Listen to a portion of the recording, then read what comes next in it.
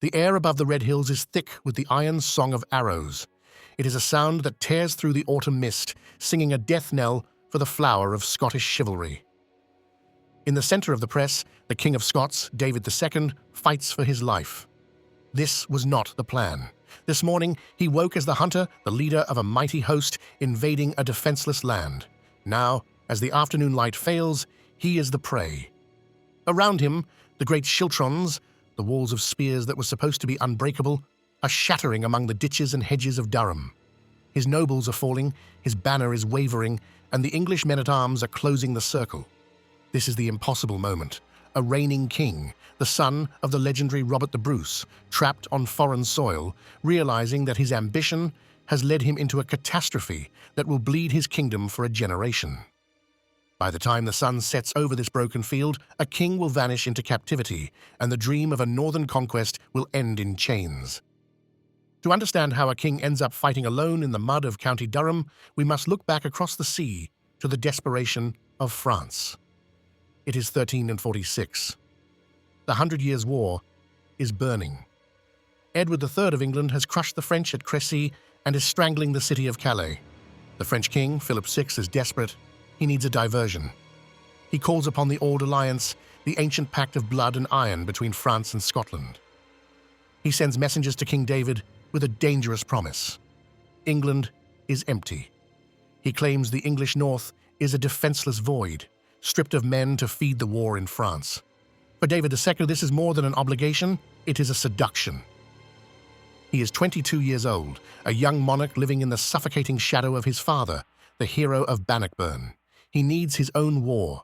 He needs to prove that the blood of the Bruce runs hot in his veins. He ignores the warnings of his more cautious counsellors. He believes the French intelligence. He gathers his host at Perth, 12,000 men, the greatest army Scotland has fielded in a generation. They march under the confident belief that they are not invading a fortress, but walking through an open door. The great host crosses the border in early October, but they do not strike like lightning. They move with a strange, arrogant lethargy. They pause to besiege the peel tower of Liddell's strength, wasting days to take a minor fort. When the garrison falls, David orders the governor executed, a grim signal of his intent. They bypass Carlisle for protection money and burn their way through the Tyne Valley. The sky is dark with the smoke of English farms, and the wagons of the Scots grow heavy with plunder. They are marching not as soldiers, but as conquerors who believe the war is already won. By mid-October, they reach the outskirts of Durham. The monks of the great cathedral, terrified by the approaching smoke, offer a massive ransom of £1,000 to spare their holy lands. David accepts. He is so confident, so assured of his safety, that he camps his army at Beaurepaire, a hunting park just west of the city, and settles in to wait for his payment. He sleeps soundly, believing there is not an English soldier within 100 miles capable of challenging him. He is wrong. England is not empty. The defenseless void is a myth. While King Edward fights in France, the defense of the north has fallen to a triumvirate of hardened border lords, Lord Henry Percy, Lord Ralph Neville, and the Archbishop of York, William Zouche. These are not men who panic. They have spent their lives guarding this frontier. They know the ground, and they know their enemy. While the Scots feast on their looted supplies, the warning beacons flare across the Yorkshire hills. The English mobilization is swift and silent. A reserve army, exempted from the French campaign for exactly this moment, gathers at Richmond. They are outnumbered, perhaps only 6,000 or 7,000 against the Scottish 12, but they are disciplined, and they are moving with terrifying speed. They march north, not to block the Scots, but to cut them off. While David waits for his gold, the English army slips around his flank, positioning themselves between the Scots and the border. The trap is set, and the Scottish king is sleeping in the middle of it. The morning of October 17th breaks cold and blind. A heavy mist rolls off the River Wear, shrouding the hills. In the Scottish camp, the mood is lazy. A foraging party under William Douglas rides out into the fog, expecting to find cattle and grain. Instead, at the village of Merrington, the mist suddenly lifts to reveal a nightmare, the sun glinting off thousands of English helmets. The shock is absolute. Douglas's men are mauled in a vicious skirmish and flee back to the main camp. Douglas bursts into the king's presence, shouting that the English are upon them. David, still clinging to his delusion, accuses Douglas of lying, claiming these must be nothing more than a mob of wretched monks and priests. But as the wounded survivors stream into camp, the reality becomes undeniable. The Scottish army scrambles into formation, abandoning their breakfast and their loot, rushing to deploy on the high ground known as the Red Hills. But they are too late. The English have already taken the ridge. They stand in 3 solid divisions, their banners snapping in the wind. And on their flanks, the weapon that broke the French at Crécy stands ready: the longbowmen. The terrain is a disaster for the Scots.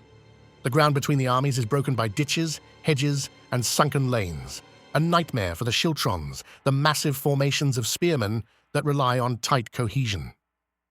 To advance is to break rank. David hesitates. He remembers the lessons of Halidon Hill. Do not charge entrenched English archers. He waits, hoping the English will be foolish enough to attack him. But the English commanders are patient. Lord Neville sees the hesitation and plays his card. He orders his archers to advance. The sky darkens. The English longbows begin a rhythmic, punishing bombardment. The arrows fall like hail, punching through mail and pinning men to the ground. The Scots have no answer. They must stand and die, or charge and risk chaos. Goaded by the stinging rain of iron, the Scottish right wing under the Earl of Moray loses its temper. They surge forward, but the ground betrays them. As they scramble over the ditches and tear through the hedges, the great wall of spears fractures. The English archers pour fire into the gaps, and when the disorganized Scots crash into the English line, they are cut to pieces. The Earl of Moray falls, and the vanguard collapses, reeling back in a bloody rout that tangles the king's own division advancing behind them. Now the battle turns on a knife edge. The king's division is engaged, fighting desperately in the center. To his left, the 3rd Scottish Division, commanded by his nephew and heir, Robert the Steward, stands relatively intact. This is the moment for a reserve charge, a push that could save the king. But the steward looks at the carnage on the right, looks at the English trap closing, and makes a cold calculation. He turns his men around. He abandons the field. The chroniclers will call it cowardice, or perhaps treachery, but the result is the same.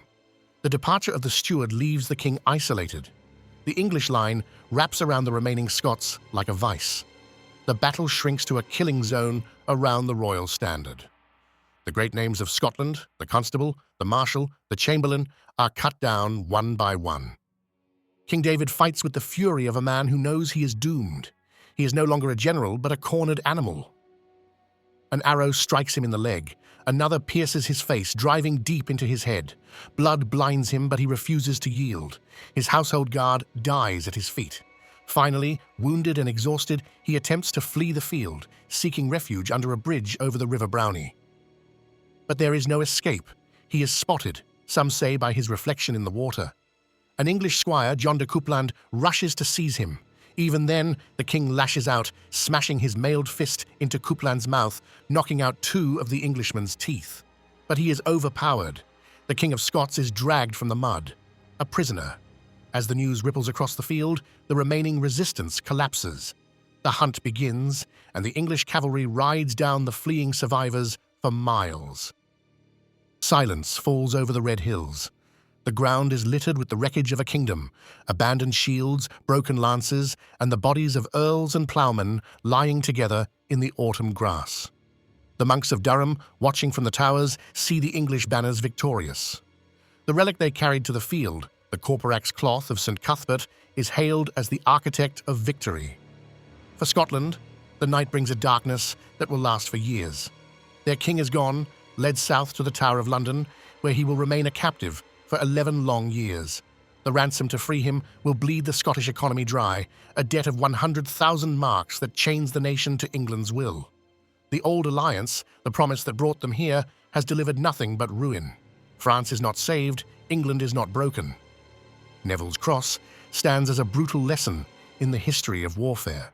It is the story of hubris, of a king who stepped out of his father's shadow only to walk into a trap.